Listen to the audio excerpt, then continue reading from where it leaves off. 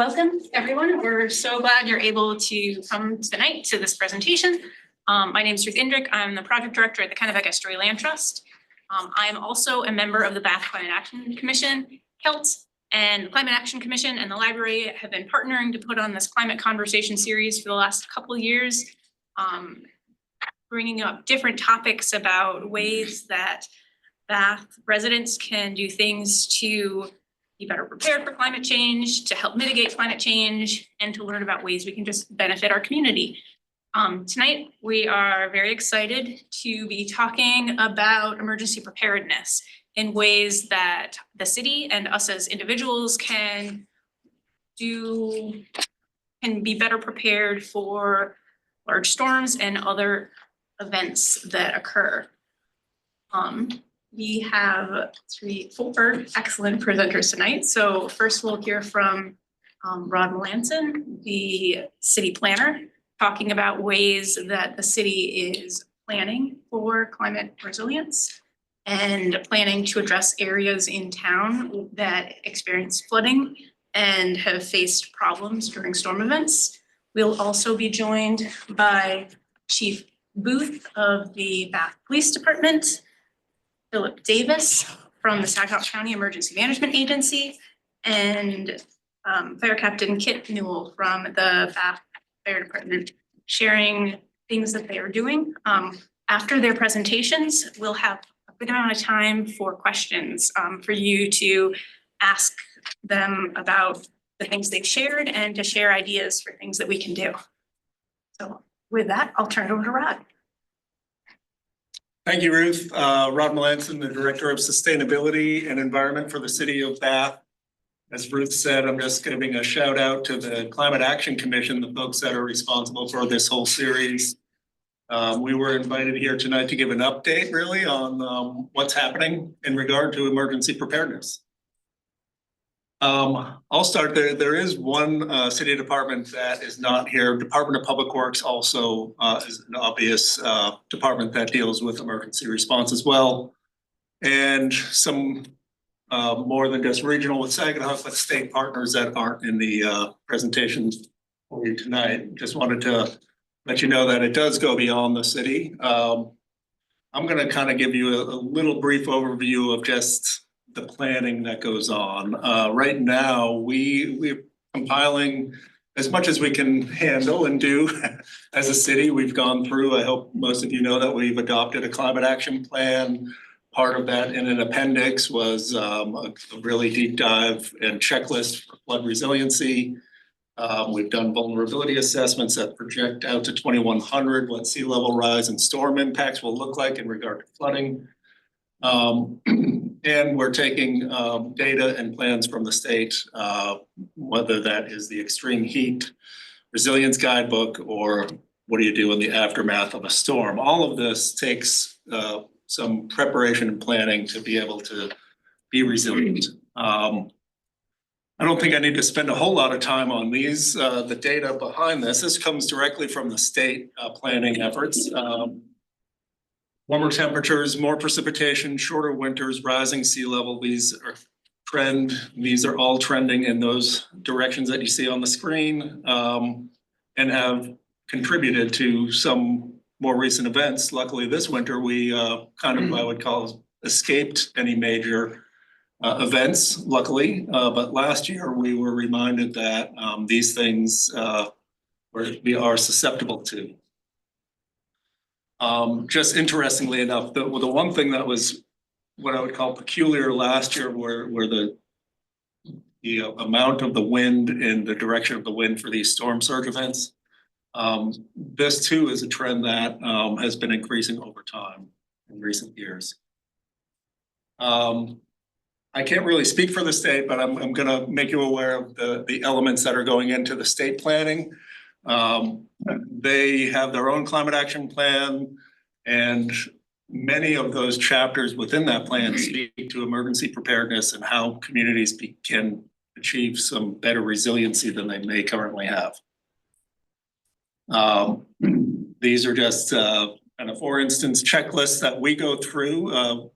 This past year, we conducted an assessment with all of our departments to take, the community resilience flood checklist and really assess how what our capacity is for dealing with, responding to floods and also preparing for floods.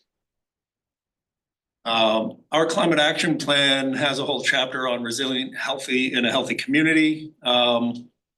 And broadly, we're not dialing into the exact action that Chief Booth has to make, but what does the community need to do in regard to resiliency planning? And we've set some goals, strategies, and actions within that plan. This is all online. And this is really kind of a good first step for us to start honing in on the things that we need to be identifying and preparing for in that regard. Everybody knows this one. That's actually not the January storms of 2024. Some other things here, I'll keep going. And by the way, this is being recorded and will be archived on the Patten Free Library playlist. We have a climate conversation playlist. We have, and we will be hopefully putting more sensors in. These are tide gauges. This one exists at the Maine Maritime Museum. You can get online and see observation real-time data of the tide. So unbeknownst to most of us, when we look up, we want to know the high tide in Bath, that's an algorithm of a buoy out in Casco Bay. That is not observed tide data. That is just guessing what the tide in Bath will be based on data out in Casco Bay. And that's why you see a dotted line versus a solid line. This is actual tide data versus what the buoy predicted. So there is discrepancy in data.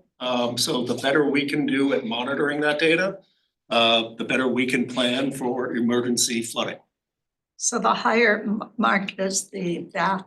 So this is looking at December 22 and 2023. That's a storm event.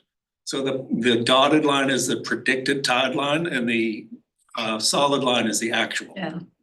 And this helped us quite a bit with our vulnerability assessment. The engineers that developed the data utilized this for their modeling to do real data. So our predictability on storms now is a little better than what it had been. And that data from the vulnerability, and this is a good segue. And I was going to do this live, but it's actually, I'm not that tech savvy. We do online have the vulnerability assessment up as an interactive story map where you can zoom in, zoom out, and go through 15 different flooding scenarios. So that is available to everybody. If you go to the City of Bath website, and it's City of Bath Coastal Flooding. And this is a link within the website. Yeah, presumably Google uses the data that comes from the Casco Bay buoy. Because most people would just Google it and. Right, so when you Google it, I think the typical landing spot is US harbors. It kind of compiles all of this. They have their own data and monitoring sites as well, but the ones they utilize where, so interestingly, the one we have at the Maine Maritime Museum, it's actually not ours. The Gulf of Maine Research Institute had grant funding and placed one there in conjunction with the city and Maine Maritime Museum, and it's called a HOHONU. And if you want to follow up with me, I can lead you to where that is. But if you type in City of Bath HOHONU, HOHONU, that will lead you to that actual website. And there's actually multiple sensors throughout the state that they're putting in. And like I said, we're hoping to get a few more actually in that. But that's for another presentation. I don't want to spoil that. So we're going to be moving on. Chief Booth, as you heard earlier, fire department, and if Chief could take off, but the slides are right there, so you can read right from the deck. I'm going to speak here so they can hear me on the microphone, but just quick raise a hand. Does anybody have any police or fire past experience? So just to get baseline knowledge is pretty low in terms of what. I've been pulled over through.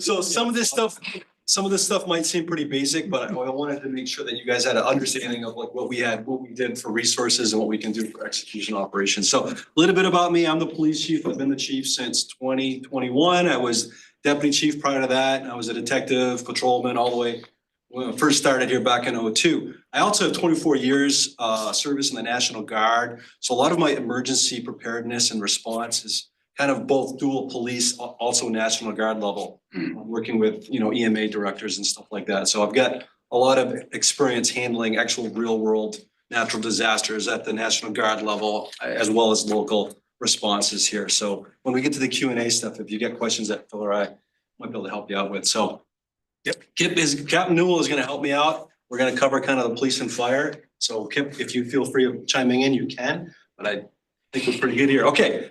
This is kind of where we're at for personnel right now. A big emergency preparedness goal for us is to maintain our staffing levels.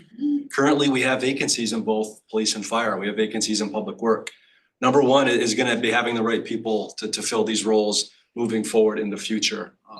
This is our current complement. We have 19 sworn officers. That's a full-time police officer, 2 vacancies out of that. But that's the spread of how we look, what's our chain of command is. Fire department is going to talk about his right after this, but I do have support staff. You've probably seen our animal control officer truck driving around. He can do a lot of preparedness with our pets and stuff like that. So if you have questions about pets or concerns about wildlife, he'd be a good person to reach out to. We do have a harbor master and an assistant harbor master. We share a harbor master boat. It's a city boat. We share it with the fire department.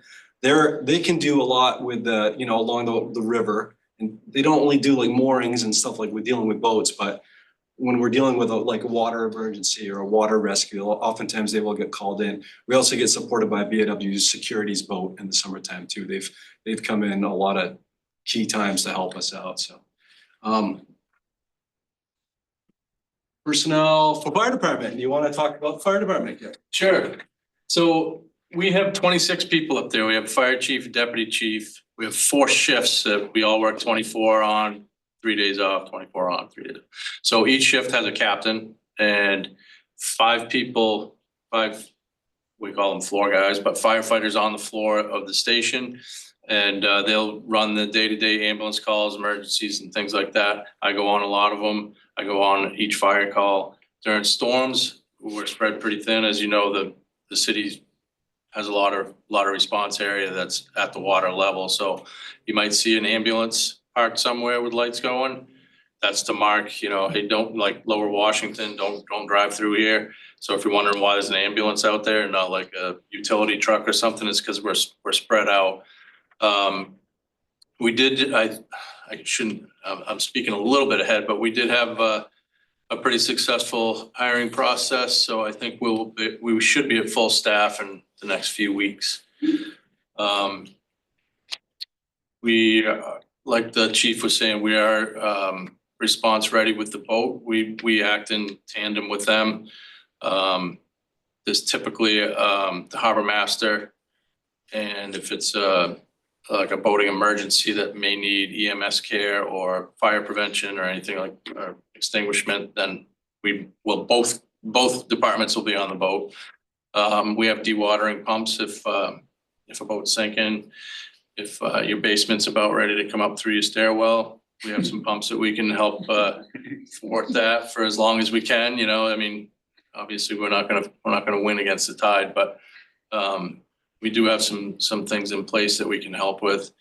We also store a lot of road barricade equipment. So if there's closures or whatever, you may see some of our orange barrels out there. Public Works also has their barricades.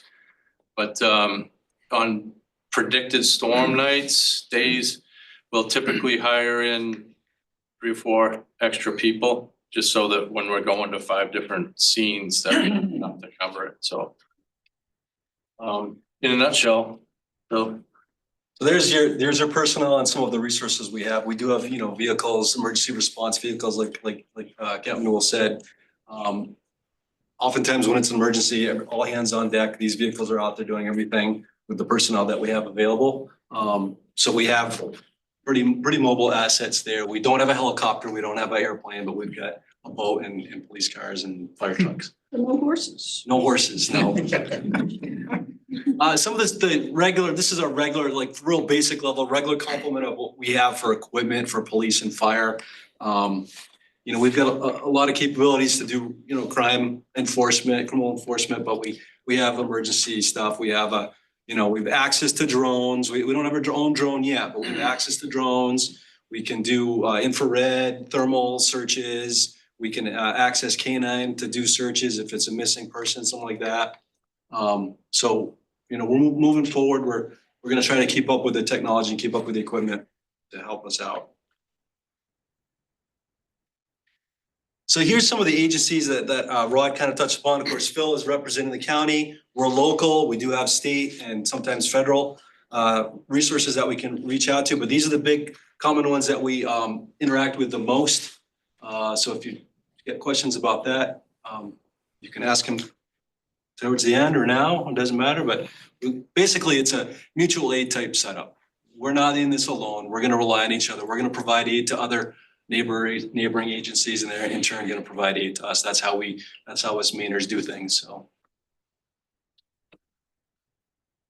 what's the first call? 911, right? If it's a emergency, we're going to get notified through dispatch. Somebody's going to call 911. They're going to talk to dispatch, and they're going to then start radioing police or fire or whatever is needed, public works sometimes, to respond to the emergency. First Does that go through the responders, yes, state, go ahead. Or is that local? This is regional, it's Saginaw County Regional Communications. It is a 911 center. It can do the regular 911 medical calls and stuff. Even if it's a cell phone? Yes, yeah. Sometimes in the weird case where you're kind of like on that fringe, it may go to like Augusta RCC, which is the state. They'll then kind of get it patched into Saginaw. Our backup dispatch center is Brunswick. So if Sag has no power and the generator's not working, Brunswick can assume that role. Multiple layers of communications. So the first responder, whether that be a fire truck or a police car, we get on scene and we take that initial assessment of what's going on, right? And then we have a lot of training to identify what that problem is and what resources may be needed. And then as more resources come in, the command level echelons above, we form a team, and it's basically an incident. And then we have an incident command, and we can go into the ins and outs of the National Incident Management System or ICS Incident Command System, but we're all trained the same. So it's interchangeable. We can go to Brunswick and fall into their incident command structure, and we all know what to do. So Philip might touch up on that with some of his past experience, but this thing came about after 9/11. Agencies didn't know how to work well together. They couldn't communicate together. The federal government said we need to fix this. So this is the model we've been using since then, and it's continuing to grow and be helpful. Types of incidents, small scale incidents is what we're used to really dealing with, but we do sometimes have those larger scale incidents, like, if another school is going to burn down and we've got multiple fire departments, and that's a large scale incident that could last hours, if not a couple of days. Ice storms are large scale incidents. Huge flooding events are what we've seen in the recent past is, it's a high tide event. But those ice storms, 4, 5, 6 days, no power, lines down everywhere. That's a large scale incident. In that case, we would form what's called an emergency operations center, and that sometimes is located at the police department, sometimes at the fire department. EMA has an EOC up at their area there, and if it gets bigger than that, you might see a regional EOC come into play. But that's like the command center where all of us get together and we have our roles and responsibilities, and it's staffed 24/7. But typically, we're dealing with that small scale stuff. So the top ranking guy on scene is the incident commander, and he calls the shots until a higher ranking person comes in and takes over. So that's a gist of it, real easy. Communications, multiple levels. We have cell phones, we have radios, we have our computers within our police cars. You guys have a computer system in the fire trucks. EMA has multiple levels, different types of radios and cell phone coverage. So we've got pretty decent communication. So even when power's out and landlines are down, there's a way for us to communicate. Worst case scenario, we're gonna have to have runners back and forth. We'll have people, carrying messages back and forth. We haven't ever gotten to that point where we need it, but we have that primary, alternate, and contingency type communications. Rave 911 that Phil will talk about in a little bit, it's one of those emergency alert systems that we use. Some of you may have seen an alert yesterday about the road that was closed for a water main break. Some of you may have seen a missing child alert come in. We had the homicide in October. We did a shelter in place because we had potentially an active shooter out in the woods.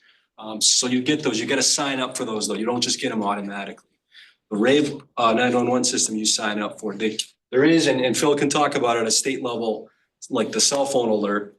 It's a little bit harder to get, to get that working because there's a little bit more hoops you have to jump through. But Rave Alert is what I would encourage Bath residents to start using, sign up for, so that you can get those routine, like winter parking ban, routine alerts, or urgent one, like roads closed or there's a kid missing. Do you sign up through the city or? You sign up through Saginaw County EMA. Saginaw County? Bill will go over that and he's got sign up sheets. We use our webpage, we use our social media, we use TV news. When there's a big emergency, getting the information out accurately and timely is very, very important. So someone's gonna be designated as that PIO, the public information officer. People always have questions. Everybody calls dispatch. So you get thousands of calls going into this with a question, and dispatch is trying to handle an emergency. So we try to limit the amount of, like, it's not that important. We're gonna get the information somewhere else. Don't bother dispatch. So if you keep that in mind, yes. Back in Virginia, if it was like a non-urgent movie, they had a different number you can call, like 311 versus 911. Is Rave 911 similar to that? Or is there a different Let's thing? talk about Rave 911. No, so Rave 911 is gonna be more of, we get the message to you. There is a piece that we can communicate back and forth to each other, but mainly we're gonna be feeding you with information at that point. Typically, we will put where you should be going to get additional information from, whether that's our social media pages, additional alerts coming out, or another phone number to call. Like when we set up an EOC and if we have a PIO, that number that they're gonna be at, whatever facility they're gonna be in, there's gonna be a phone number. Call them for routine information. Okay. That's a good question. I appreciate that. So who's the public information officer For any of these things? So like for the police department, it's usually me or my deputy chief. I have had actually the FEMA PIO training as well as police officer PIO training. Usually there's gotta be someone that's not the commander. It's gotta be someone that can deal with all that information back and forth. So someone has to fill that role. Typically it is a command level person, typically. Yes. So we don't do social media, but we're getting all of your information via text. So I'm assuming that we're covered. Yes. Well, you're covered for urgent stuff, but a routine winter parking ban, overnight parking ban because snow's coming, that's not gonna be a text message. That's gonna be an email. We get that. Okay, perfect. So we're covered. Yep. But you can, if you needed to, you could reach out to the website. You could go online, you could look it up. You could go to the TV, the local access cable. We usually put a lot of information on there as well. Right. Typical stuff that we deal with is the stuff that we all have experienced here. Fire calls, medical calls, traffic crashes, and then sometimes like some kind of a criminal act. Those are the regular stuff that we deal with. It's really routine for us. May not be routine for you, but routine for us.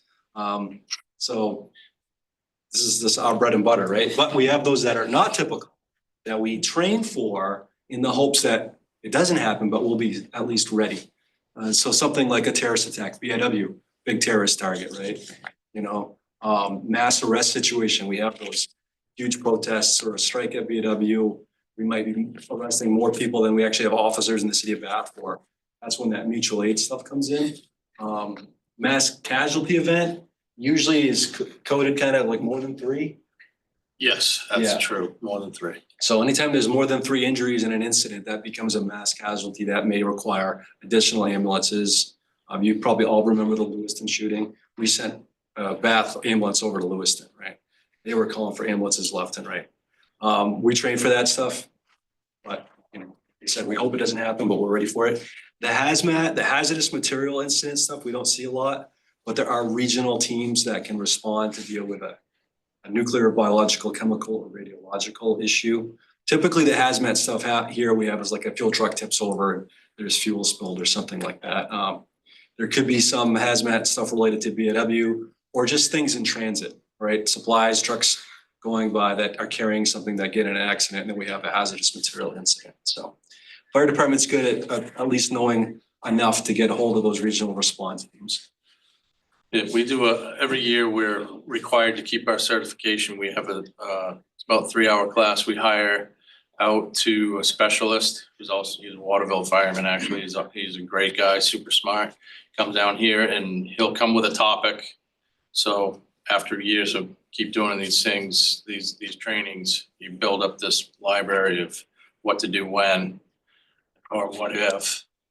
But as far as the mass casualty event goes, like if I say we had a school bus crash that had 30 people on it, I can just get on the radio to the dispatcher and say, I need a task force of ambulances, and they already have them all lined up. They already know who to call. So it's not like I have to go, give me this, give me that. It's all, knock on wood, we won't need it, but we've had like big fires, tanker shuttles, stuff like that. Will give me a task force of tankers. They have them all. They have run cards for each area of town, whether it's got hydrants, no hydrants, or whatever the incident might be. We can shorten the communication that's out because the remedies are already kind of planned. And good segue into planning, right? We are planning all the time for this stuff. Rod is in the planning department. We sit down before expected events. We sit down together with the rest of the city departments, come up with a basic game plan for something that we try to identify what those hazards might be, and then try to allocate the resources in response to address those. So when you're talking about that, could that be a blizzard's coming through? Yes, we typically, when a big blizzard or we think there's an ice storm or a wind related, we'll have a huddle day or two before and we'll make sure we good. You know, most of the time it's like, yeah, everything's good, SOP, standard operating procedure, nothing too unexpected. But remember we had COVID, right? That was crazy, right? Pandemic, everything was shut down. We had a lot of planning sessions then to try to keep up with what the state requirements are, what the federal requirements were. So planning is, you have to plan, right? We have to prepare and plan. That's what this whole thing is about. We train all the time. They were just doing water rescue training today, right? Water survival training. Train all the time. We don't just, train all the time. Everything we train on every year, we have certain things we have to train on. And then every other year we mix things in. We're constantly training. We're constantly learning. Every time we handle an incident, you'll do a debrief after an after action report. Say, what did we do right? What did we do wrong? What we can do better next time? So that's a really good thing. And we're always continually trying to improve. Anything you want to touch upon for fire training? Yeah, I mean, we're required for EMS training. You basically do, like for a paramedic, you get 72 college hour credits for a 3-year period every 3 years. So you're always training on that. Fire trainings we try to do every shift. We work every 4th day. One of those days is a weekday. We'll make a weekday the training day. So I'll leave it up to my guys and say, what do you guys want to do? Let's go out to the training site. We'll act like it's on fire. Okay, go. And we just hop in the trucks and go. Yes. Oh, sorry. Oh. Yes, sir. Do you folks have volunteers? That's something. No, we don't. We had a call force up until must have been like 2012, maybe right in that area, 2010. But the numbers just dwindled. I mean, as people got less available wasn't really volunteer. It was a paid call system, and it just kind of fizzled. So when you said that you pull people in sometimes for situations that come up. Mhm. So you hire in others. Who are those folks? That would be our off-duty firefighters or officers. So if we have 6 people on a shift, there's 18 more that aren't on shift. So we'll offer it up to, depending on what we need. Say we need storm coverage for, the other 2 ambulances plus fire, but add 4 people. So we'll go down our list and call until somebody's, until we get 4 people that say, yeah, I'll be there. And they do that a lot because you get 3 ambulances. If there's 3 ambulance calls and they have another ambulance call comes in, sometimes you got to rely from Brunswick or somebody come in, but sometimes they call in for additional help. We do the same thing when we've got a big event. Like if we've got all of a sudden a huge protest going on, we're calling everybody in. Everybody that's off duty, they're hey, you need to get into the station right now, we got a thing going on, so. That's what he meant by that. The mutual aid is different, those are on-duty people from other agencies. So it's important when you're doing these operations to have some control, we gotta know who's here, right? We wanna know who's here, what do we have for assets, because that incident commander is gonna be like, okay, we have this situation here, I need this team to go over there and do that. But it's also accounting for your people, because you wanna make sure that they're safe as well. So it's a lot going on when we execute these operations. But like I said, we have the training and experience, it works out pretty good, and we help each other out a lot. Climate change, so this thing's all about climate change and how we can prepare ourselves, how we can prepare our city for climate change. Preparedness is a continuous cycle of planning, organizing, training, equipping, exercising, evaluating, and taking corrective action, right? We've been talking about this, this whole thing is set up for focusing on climate change and what are we gonna do? We're gonna be prepared for what we expect to happen, and we're gonna be resilient when it does happen, and we're gonna take care of each other. That's the gist of it. We've talked about mutual aid agreements, memorandums, SOPs, training, all that stuff, exercises. We do exercises, large scale exercises to deal with things. We try to be as ready as we can be. You, the people, can prepare yourselves to be a little bit resilient, right? So if you know we might be losing power because of a storm, that's when you make sure you have batteries, you have a little bit of food and water on hand, take care of your neighbors that might need looking after. Some of us will wheel our generators out and get ready to hook up if we lose power. That's kind of being prepared. I talked about pets with our animal control officer. Don't forget about your pets too. Make sure that you've got enough supplies on hand to make sure they're safe. Making sure your vehicles are fueled up. Don't be driving around on empty all the time, because if gas stations power's out, can't get gas, there's a run on gas stations, you've seen it, right? Just being ready, do what you can to be ready. There's all sorts of resources that we'll get into, websites you can go to help give you tips and some checklists on what to do for yourself to be prepared. But we know climate change is happening. We don't exactly know how it's going to affect us, but we've seen what has been happening. So we use that to try to gauge our readiness for the future. All right, I'm gonna now turn it over to Phil Davis. So Phil's gonna talk into the microphone over here. You want me to do that? You got it? Okay, great. So for those of you that don't know, I'm Phil Davis. I'm the Saginaw County Emergency Management Director. I've been with the agency for about a year now, just over a year. And I am the office. It's me, myself, and I right now. We do for the entire county. What my role is typically to support these guys as they're out and about in the response phase, but you usually see the emergency managers after a disaster happens.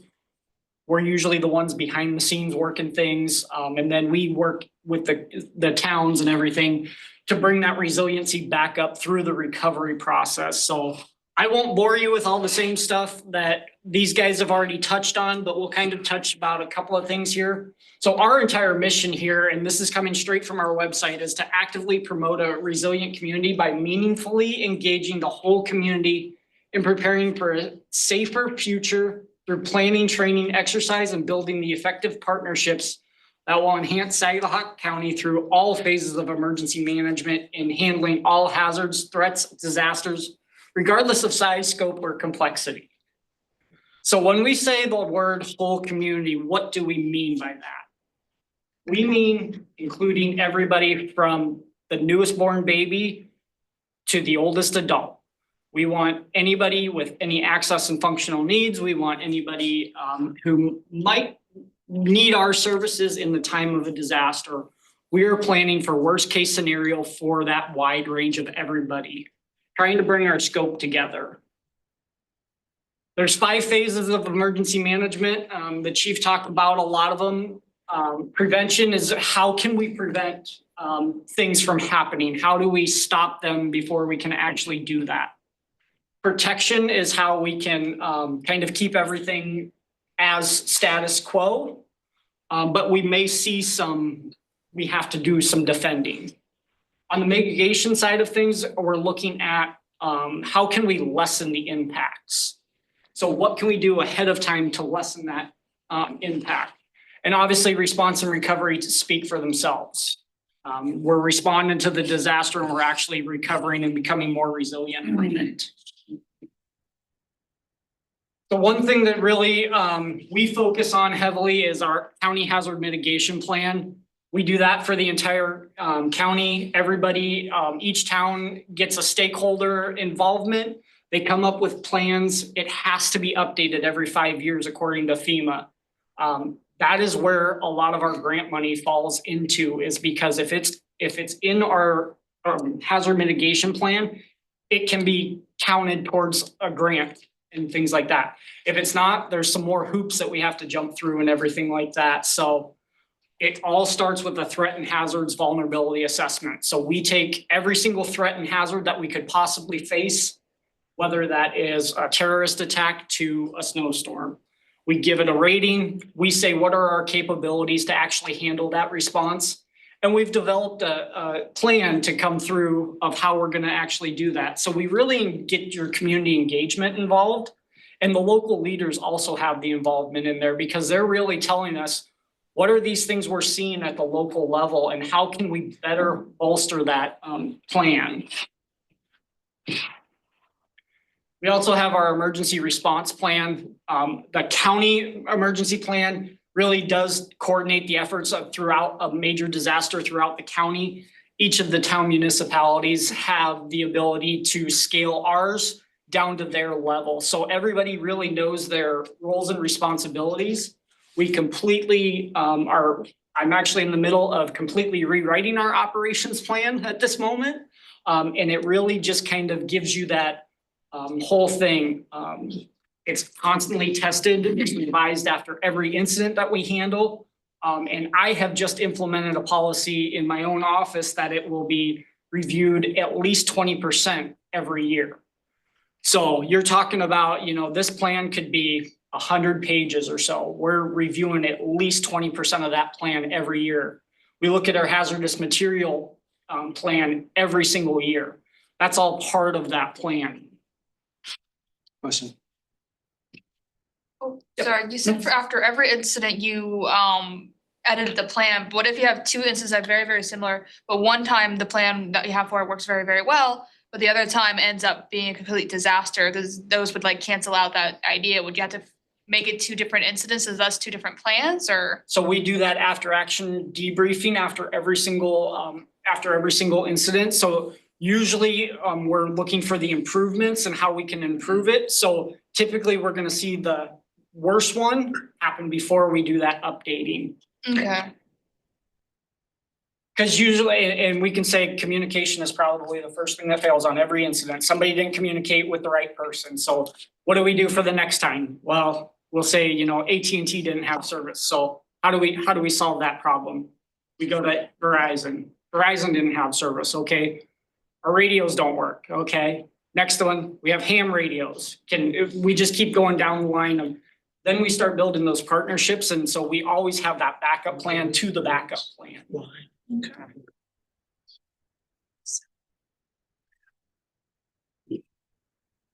And I'll really talk about the mass notification system here for you. So this is our public alerting system, the RAVE system. It does require you guys to actually sign up to receive these alerts. You can receive the alerts through text message, phone call, email, all three, any combination of those three, and it also gets posted to our social media. We recently just implemented this in July of 2024. So it's pretty new to the area. We encourage everybody to fill out their entire profile. And what I mean by that is once you sign up to receive the alerts, there's actually another portion of the profile. So Chief talked about having your pets. If you actually put your pet information into your profile, that information gets shared with us. And we're able to see on our end, because that helps with our planning aspect of we're required to do certain things by federal law with your pets if there's an evacuation order issued. So what does that mean for us? We can look and see how many people have been advised to evacuate, and we can plan for how many pets and things like that are going to be needed into the shelter area. So it really goes into a lot of information and stuff like that. I could probably spend 30 minutes with each one of you just filling out your profiles and getting all the information that can go into the system. That is completely optional on whether or not you provide that information to us.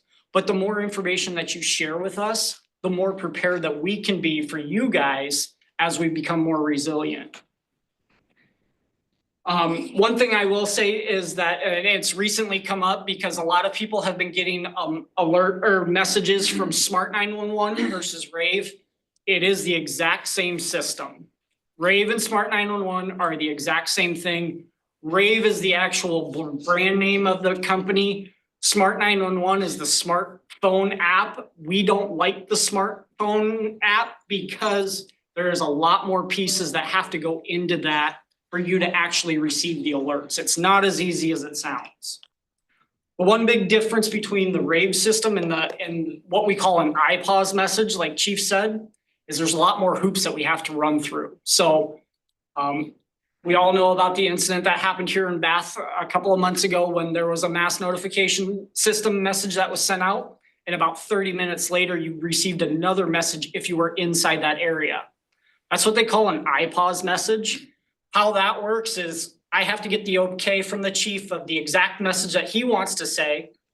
I then translate it into a 90 and 360 character limit. It then gets translated up to the state. They have to do another translation to go through another system.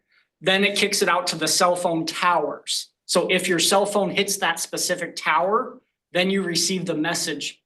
One stipulation to that is cell phone carriers are not required to actually push that message out to you. So we saw a lot of information going back and forth that people didn't receive the messages and stuff like that, even though they were in the area. Again, they're not required to do that.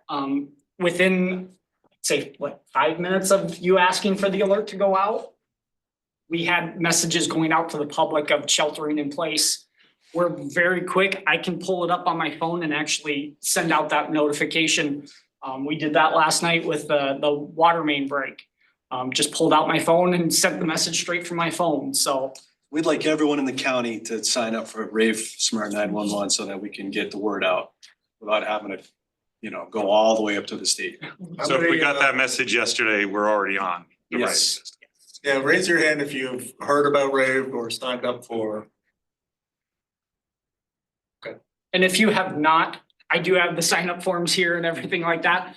But it leads right into the segue of it. So currently we only have 3,000 people that are signed up for it. Oh. And we have a total of 37,000 people in the county.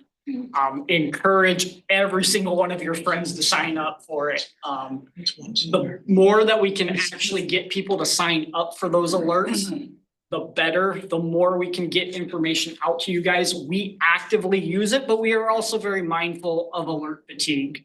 We're sending you those alerts when they're necessary. We're not trying to over alert you. It's all coming from your local officials that say this is a life or death emergency. You're gonna get those phone calls. You're gonna get those text messages. Those ones that aren't quite as important, a winter parking ban is important because you don't want your vehicle towed, but it's not a life or death situation at that point. We ask the towns, each town has the ability to send out the notifications as well. So we ask them to only use the email notification on that. But the good thing with this system is most people, younger people, are using social media. You're seeing a lot of speculation. All this comments on social media on these non-official pages, information's going crazy. You want the actual information, you got to go to the source, which in this case is this Rave system. Secondary, if I have time, I will get on the Bath PD Facebook page and I will put something out. But if I'm in the middle of an emergency, it's easy to call Phil. Phil, I need you to do this on Raven. He does it. I would recommend it. And it really kind of ties into a lot of the things that we do. We do push all of our emergency alerts out to our Facebook page because it's as simple as clicking an extra button as we're pushing it out to the pages and everything like that. So it really streamlines our process a lot. Going back to the chief's comments about, making sure those sources of where they're coming from. I can't tell you how many times, even just the other day, when I sent a shelter in place order for the town of Topsom for a specific area, I had somebody that said, well, it's about time you posted factual information, but they were actually referring to a scanner page thinking that we were the ones in charge of the scanner pages, and that is not the case at all. Make sure that you just know where your sources are coming from. You know, trust your local responders. Their pages are gonna be the ones that are most accurate. And it's also gonna depend on what we can actually release to you. You know, there might be a police investigation that's going on and we can't release certain information to you. So the one thing with the rave notification system, especially onto the weather events, it is specific to your address that you put into your profile. What that means is if my address is 123 Main Street, when the weather service actually sends out an alert that incorporates that address, then you will receive that alert. If you are outside that address, then it will not. So it's all based on the National Weather Service's polygons. And as they get better at predicting storms and things like that, the more accurate those alerts are gonna be. So I have a question about the more rural places of our county. That don't have police, they don't have fire. They work under the sheriff's branch, right? Yes. So what does the sheriff's agency or aegis to rely on or is comprised of in the county? It's, the sheriff's office is very, very similar in size to our department, 20 to 30 people. Their deputies have take-home cars, so you'll see them scattered everywhere. But their staffing levels are, they may have only 2 deputies on for the entire county, especially at night. So that's where the mutual aids assistance comes in. We're 24/7, Topsom is 24/7, SAG is 24/7, Brunswick is 24/7, Lincoln County is 24/7, and there might be a trooper in the area. But Richmond is, at this point, they don't have the staffing levels to be 24/7. Right now they do, I wanna say they're till 11 o'clock at night, but don't quote me on that. I believe it's 11 or midnight or something around that area. But we're not like Washington County where you might have an hour waiting for a police officer. Usually it might be a 15-minute wait if you're in that rural area, but in Bath, our response time is like 7 minutes, the very longest. And so far to date, these numbers were at the very beginning of the month. We've sent that many text messages, that many phone calls, and that many emails just through our mass notification system in itself. That is supporting just over 10 incidents. Just ask probably an obvious thing, but if we get an alert, it'll say rave so that we know it's directly from you. So the one thing with the text messages, and I can't give you the exact number because it is a 5-digit number, but there are 5 different 5-digit numbers it can come from. So you're gonna see that's a bunch of numbers on the top, like 22 something like, so it's not gonna make any sense, but it is gonna say critical notice Saginaw County. And it'll say this was, the road closed last night. So it's just gonna be urgent alert with a bunch of numbers. So not rave, but numbers. No, it'll be numbers, and typically, if it is in a life or death emergency, that first word you're gonna see is urgent, critical, or emergency. So that's typically how it is. Typically, how we have the template set up is those 3 words, then the town that is issuing that alert, and then it'll say alert. So, so urgent Bath alert. Okay. Yes. I think it will also, if you have your sound on, it will also give you the alert too. So you'll know. The sound, Mhm. yes. So you'll get the buzzer and then you'll get the message. No, that is actually That's a the different iPause message that comes back. That is not through our system. The Oh. iPause message will kick Okay. that alert to you. And that, again, that plays into a whole lot of factors of that kind of stuff. So, So you make it both. yes. Let's see here. I think that's you. So I talked about resources and when I was talking, these are some there's a ton of resources out there, but try to go to a government resource because they're gonna have the best information. There's lots of other places that will draw upon these and do their own little thing, like specific to Bath, right?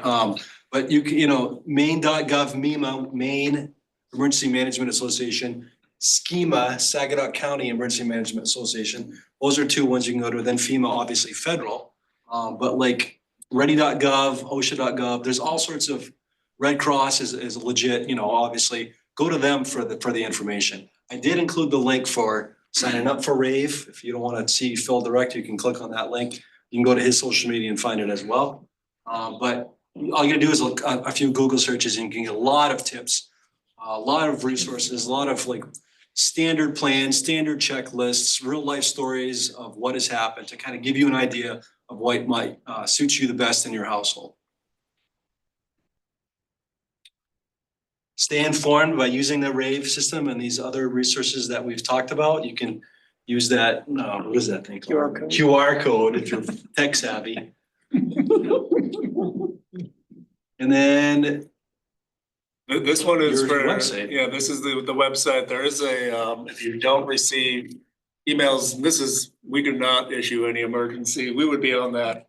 Stay away from this resource for emergencies. This is more for climate conversations and any other content that the Climate Commission or the Sustainability Office will be putting out. But there is a way to get on an email list for that too.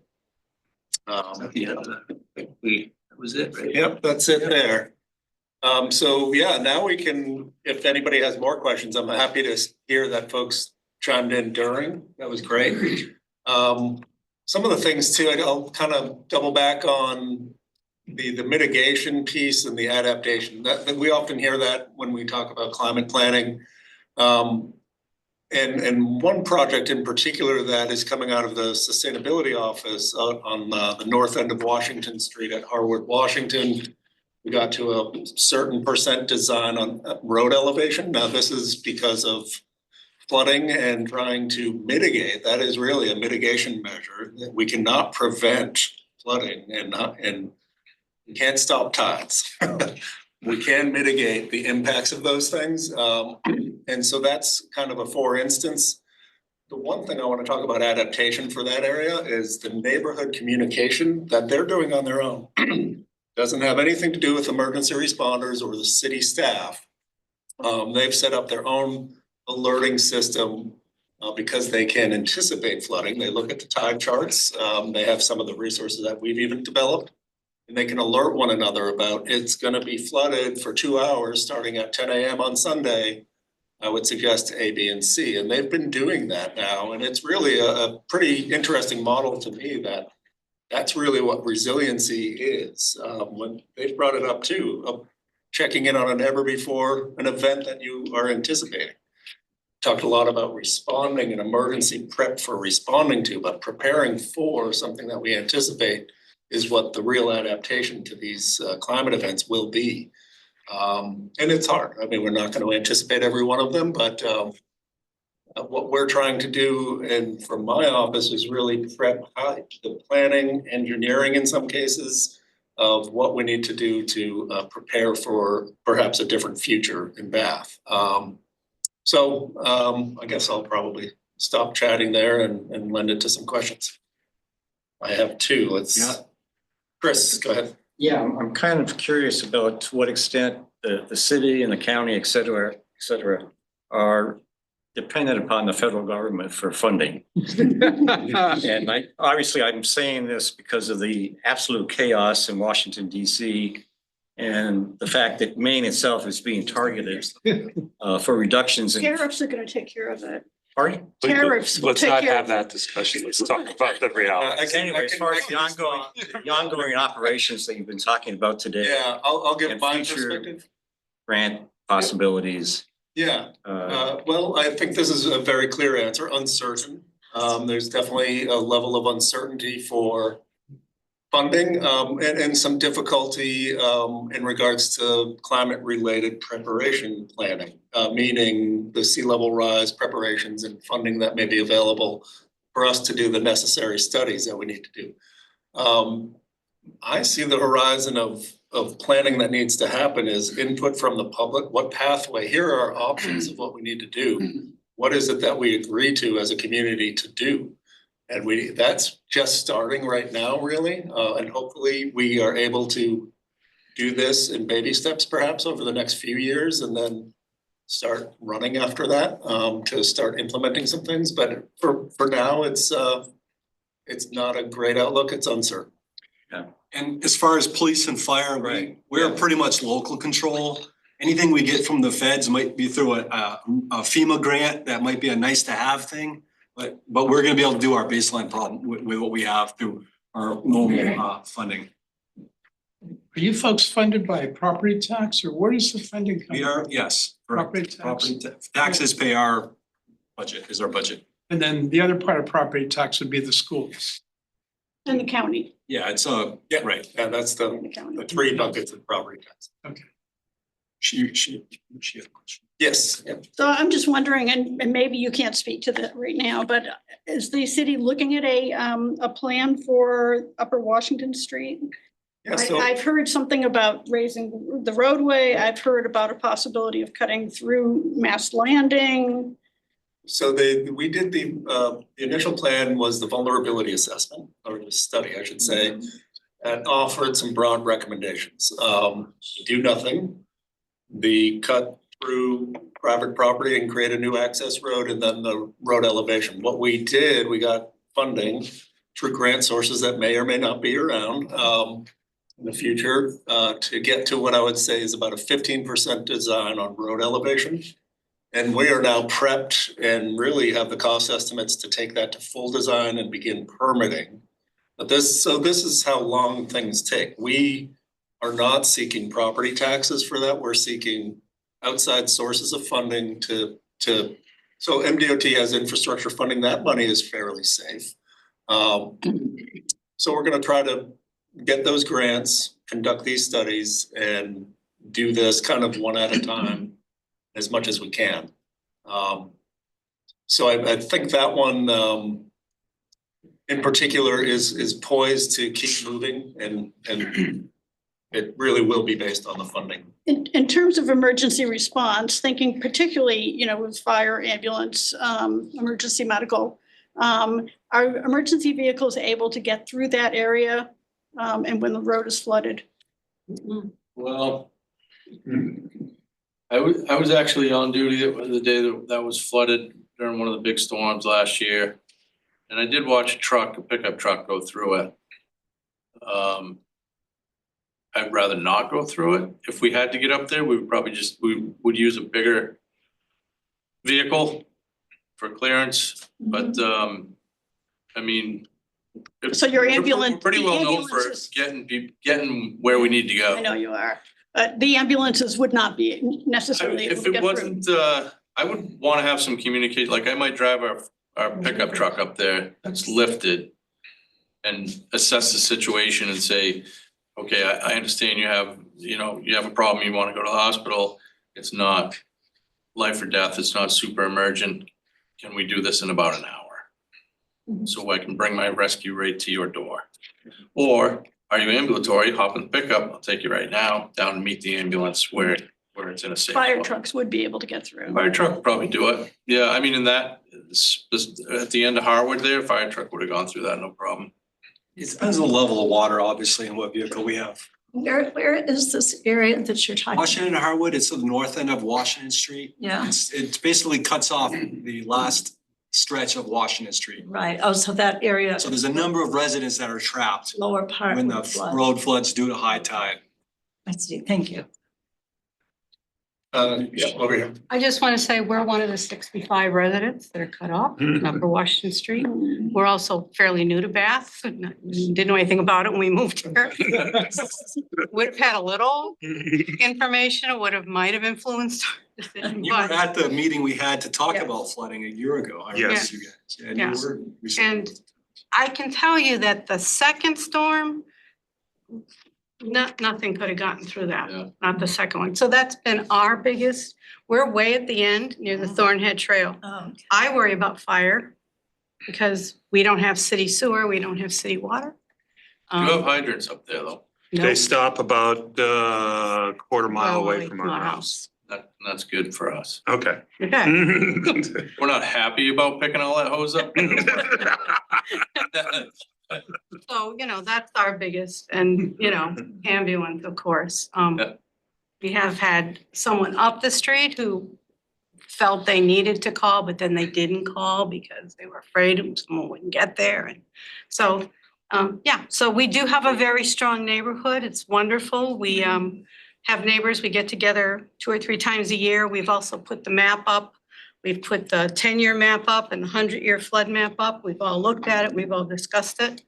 We have a WhatsApp where 37 of the 65 residents are on there, and we look for moat activation is what we call it. And you may have seen some of our cars have a no moat sticker on the back of our cars. And we also use it for lost and found things, and it's just been a great way to. It's a nice community. It's a really great community. It's a good example of how neighborhoods can kind of form these little support groups. Mhm. Because it's be difficult for us to have to do that communication and planning when you guys are doing it on your own. It's very helpful for yourselves, free us up a little bit. But rest assured, if there's an emergency, we're gonna get there one way or another. It just may take us a couple extra minutes. And don't ever not call for our sake. You know, I don't wanna bother anybody, anything that you get here, we'll figure it. Yeah, I wouldn't hesitate, but. Yeah, no, I mean, we'll figure it. Yeah. Obviously, we're not asking for frivolous calls or Yeah. anything, but we'll figure it out, we'll help you. Paul first and then. Yeah, first of all, I just wanted to say I feel really grateful that you guys exist and that you're watching over us. I feel that it's a real privilege to have those services available. With regard to climate change, one of the impacts that's obviously gonna happen is more frequent heat days, high heat days. I haven't heard you mention anything about high heat days or cooling centers or anything like that. Is that? So our normal response for high heat days, when we think we're gonna have a high heat days or really cold days, is to activate the local shelters. And we do a lot of coordination through EMA. They have regional shelters we can send people to. That does not have a designated like shelter. We don't have it. We rely on areas in town like the YMCA or the schools or churches that have a little extra room. In our past practice, there hasn't been a lot of need for that, but it is something that we can get access to. You know, we did put the school gymnasium on standby one winter event where we thought it was gonna be bad. The heat stuff and the electric and the heat pumps and the electrical grid or power outage, you know, that's where really identifying, like, if you have someone that's vulnerable, you let us know that there's a particular person that's vulnerable in this place. The fire department, they'll go and do wellness checks. We'll go do wellness checks. How are you doing? What can we do to help you out? And then if we need to get you to a shelter, we can do that. But we rely on that information coming to us because we can't knock on every single door to check. So community groups, taking care of your neighbors, that's important. And I'll just piggyback off of that. So in the Rave mass notification system, you can actually tell me if you have access to AC. And one of those things, and then I can send targeted messages to those people. The county does have an extreme temperatures plan. That is currently in review at this point. But we do have an actual extreme temperatures plan, so it's hot and cold. Those are, this is a part of this learning piece and I'm a part of that team too, that we actually got a box of chocolates sent to me for reviewing the extreme heat guns. Never gotten a present for it. So I budget for that. I did a really good job. But it's a new document. It's an extreme heat guide and checklist, much like these flood ones. And it's extremely a great resource, especially for the planning department to be involved in that as well. So we're learning how to do it, and it's gonna be, from my standpoint, the communication piece just up front. Like, what resources are we delivering to folks to anticipate these things? I would say perhaps, hopefully, luckily, heat events are gonna be anticipated if, you know, National Weather Service continues to get funded. So those things we can, like Phil said, have the mechanisms in place that people, and especially the vulnerable populations. I think that's kind of the real key factor. Right. And we are working with the locals to try to actually set up designated shelters and centers and stuff like that for those events. So as those things happen, we can just make a simple phone call and say, hey, we've got this agreement in place. I want to activate it. And then we have that ability to push that information out to you guys. You know, below Five Corners going toward Brunswick, Old Bath Road, right? There's that patch of land. I don't know if that 2-lane road that's before the West Elm or the West West Bath exit. It's often flooded. You know, we get any kind of rain and that Old patch of Brunswick road Road by the railroad tracks? beyond there, Yeah, just beyond, yeah, yeah, just that'll beyond. shut down, that'll get flooded. And is that in Bath or is that West Bath? Well, it's In both. kind of both. Yeah. Kind of both. The left side, the right side, depends on which way you're looking. Right in front of that little marshy area, the Yeah. yellow line is the town line. Oh, So you have an So- address on the east side of the road there, the southeast side, that once you get to that point, you're gonna be in West Bath. If you're on Yes. the north side of it, you can be in Bath. All the way up to the New Meadows Road where it changes. To West. You gotta take a right to stay in Bath. If you go further, you Yeah. go to West Bath.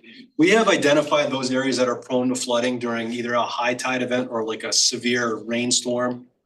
There's a lot of areas in North Bath that are affected and that are cut off, causing detours. Some places like Upper Washington are completely cut off. Most other areas, you just gotta be careful. So one of the things that we see is we'll put barricades out, we'll put cones out. People drive right around them and we're like, then they get stuck and then we gotta go and rescue them. So, you know, I don't know, spread the word. Don't drive into standing water if there's a barricade up. What I've I got a noticed truck is that I that was describing going through the puddle up there that day. He made it to the top of Harwood Street, took a left on High Street, and that's where it died. So he was nice enough to get out of the water. I didn't have to get him, but I think the cone or the warning could be placed further toward town before you start to descend out of Five Corner. Well, so in that regard, we are thinking about, and the vulnerability assessment was helpful for us in the planning sense. One, to prioritize what's the most impacted area, meaning, you know, the Upper Washington Strand's 60+ residents versus another road that gets flooded but has many outlets or other ways around. That one is completely isolated, turns into an island. So we've kind of gone through that prioritization and also have talked about really, you know, standard mechanisms for, if we're gonna be dealing multiple floods per year, actual signage, flashing, whatever the signage may be. Our former public works director had this incredible automated, you know, in Europe, they have these amazing flood notification systems and. Before they did the new bridge over by the Taste of Maine, that low area, they had eventually installed because we had a terrible accident there one night. I was there. They hydroplaned and flipped into the marsh and the kids were in the car seats and the parents had to go into water. And it was terrible. It was a February night. Anyway, they put in those standard flashing permanent signs. Now they've built a new bridge, so it shouldn't be an issue anymore. But that's the type of thing he's talking about. If we have those known areas that we're not gonna be able to fix right off, we're gonna at least be able to put in a notification system. Now, you're talking about the typical flooded roads, we'll go throw a couple cones out. We're running around mitigating all sorts of issues. Sometimes we don't have enough time to expand the scene, but if we had a serious area, we would expand it. So we just want people to drive really, really slow when there's an emergency situation like that, and so that hopefully they'll see it. I'm thinking it's not really an exit emergency for a lot of people because they just come up to Five Corner rather than driving down toward West Bath. They wouldn't need to go down. Yeah, right. So we had like 3 other questions. Honestly, I do have a feeling about this too. But the mentality and the adaptation that we do need to do, I bring up just plowing snow, that we have created a culture where we expect to drive 50 miles an hour during a major snow event. We should perhaps think differently in these types of situations. Sorrel and then Chris and then Ruth, thank you. I have a question about budget. Thank you all so much for being here. This has been super informative. And I want to know if you track the costs that can be traced basically back to climate change, more extreme weather events, higher emergency services costs, like is We that do, we traced can, back? so when it's an emergency, when there's an emergency that we're dealing with, all that stuff that's like that recovery phrase track, and there's a whole finance section of the EOC. We track costs. We relay them up through Saginaw EMA. And Phil, you wanna take it from here? Yeah, so then actually, the program is gone live, but I've actually just implemented a system that they can scan a QR code on scene and it will actually start tracking costs directly from the time they scan into the scene to the time they scan out of the scene. So We could really take a deeper dive into it, and really just kind of that. And when we say tracking of that, it's just tracking that they're in and out of the scene. So it's not tracking them in this location or whatever. It's just saying, yes, they're handling the emergency. Yes, they're on the scene handling it, whether it's a big emergency or a small emergency. So that's like where a federal, like an emergency is declared, governor or the feds cut them, and then we can get federal funding or state funding. Locally though, like if you're talking like routine operations, we can go back and see how much it cost us in overtime. If they have to call an extra crews or we have to call it, we can track that stuff. You know, if we're seeing a repeat of these types of events are now incurring more and more costs, my next budget cycle, I'll be like, I need to up my budget because of these reasons. I just ask, partly out of curiosity, I'm curious if that information is accessible for people anywhere, because I know there's real resistance from folks in fear of their taxes and stuff, not wanting to put money towards climate change mitigation and prevention projects. But if you don't do that, then there's the response costs. Yes. So I'm curious about how they weigh up the moment. So, I mean, and there are kind of broad numbers about how much it costs to actually rebuild a road versus preventing it from washing. I think one of the things that we should know too, so from the events that happened in 2024, January of 24, we didn't see any damage. There was response in time, but a road did not wash away, or some private properties did see damage, and that's there. I think there's a small business association pamphlet back there. So there is ways for even private properties, businesses, and towns to recoup damage when that emergency is actually declared. So there's those kind of physical things that those are much easier to track, tabulate, and say, here's how much prevention of that cost versus and those numbers. We've had no major catastrophe. We have not seen what Vermont has seen. If you paid attention to Montpelier and those areas in the flooding, we have not seen that. And even Western Maine in that December storm last 2023. There is a study out there that says for every $1 that you prepare, you save $6 in the long run. Yeah, we had Ruth, sorry, and then Chris, I think you maybe. So- And I just wanted, we're at 6:42 and we're getting kicked out at 7, so let's make sure we. We're gonna wrap up in like 10 minutes. Yeah, so I'm gonna go back to the concern about high heat. And I think, more and more people have air conditioners, more and more people have heat pumps that act as air conditioners also. But there's still a lot of people who don't, and it's getting hotter and hotter and hotter. I know the library will have air conditioning this summer. Yay, that's amazing.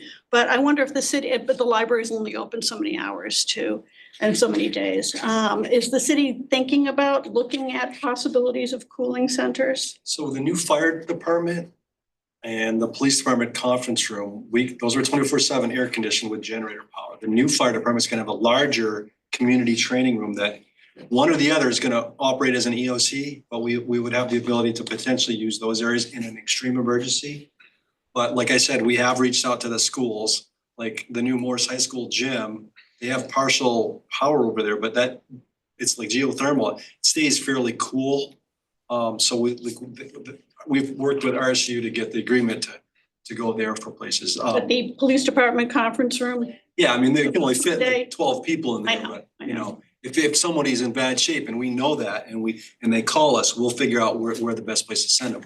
He can usually get us like cooling center, shelter information through, that regional response through EMA. So, well, again, we need to know it. So if you have someone you're concerned about, let us know. Call us, we'll do a welfare check and then we'll take it. Or if you need to charge a phone or those. Towards our new fire station, we'll have a room about the size of this one. That will be first floor, upstairs, bathrooms right there. If somebody needs to be there for an extended amount of time, then. When is that gonna be Like I built? said, we just make it happen. Just When is what we that do. gonna be built, the fire station? Still in the planning stages, so 26-ish. Oh, a year out. Year and a half, 2 years, I think, before it's final. Yeah, it's quite a bit more expensive than what we were first anticipated, It so. always is. Like, I'm talking like square footage, it's double what I would have guessed. Construction cost, shoot, Sean. Chris?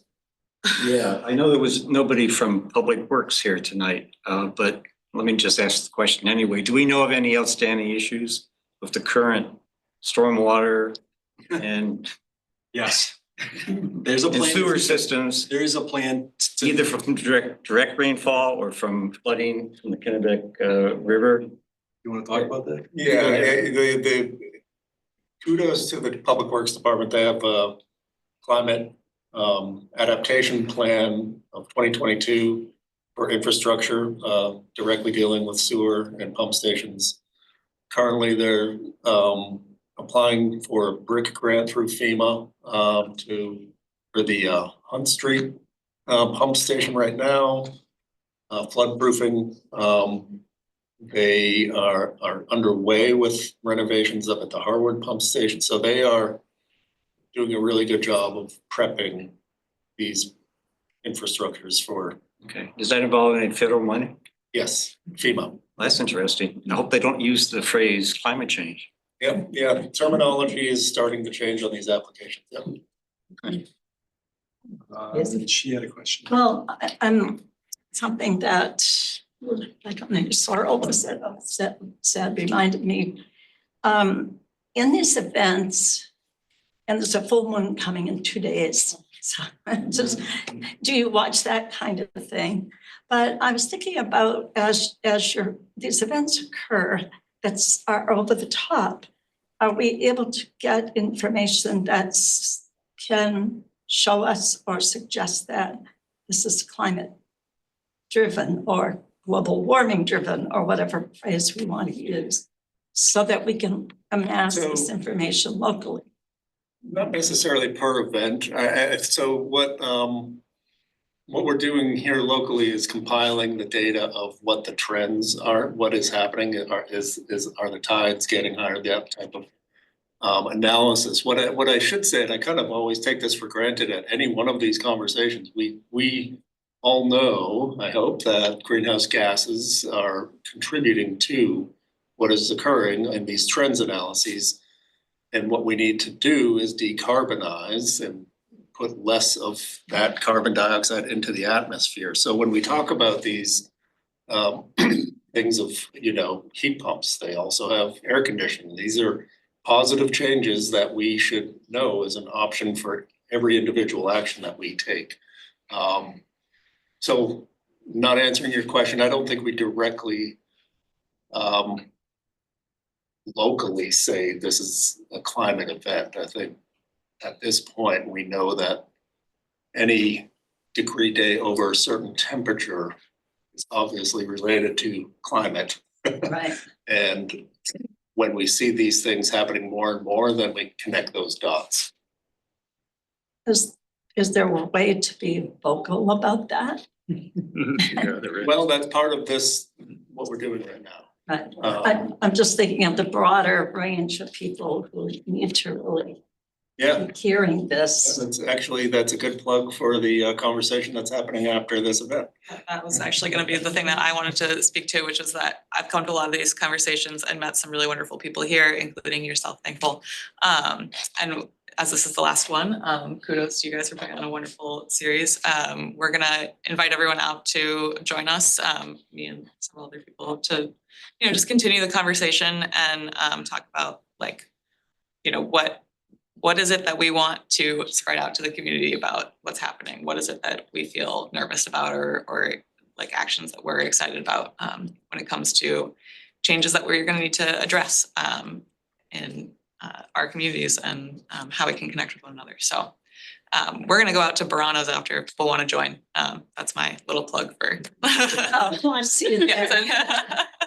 No, you're invited. You're invited. And so we'll wrap up, but I do want to say this is the last Patten Free Library event for this season. There is for May 17th an e-demo day being planned right now down at Bridge Park. an e-demo. Hopefully we have things like bikes and tools and Electric cars. maybe, we'll see. It's being planned right now, but that's kind of part of the climate conversation event series as well. May 17th? Yeah, that's the spring into summer Main Street event. So staff will have a lot of things happening during that day anyhow, but we're gonna hopefully have some demonstrations happening with electric Great. items. Thank you all so much. by the Yes. way. Thank you very much.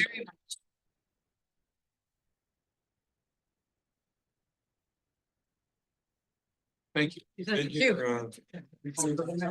Yeah. I live on Upper High Street. Okay. Okay. Yeah. Yeah, you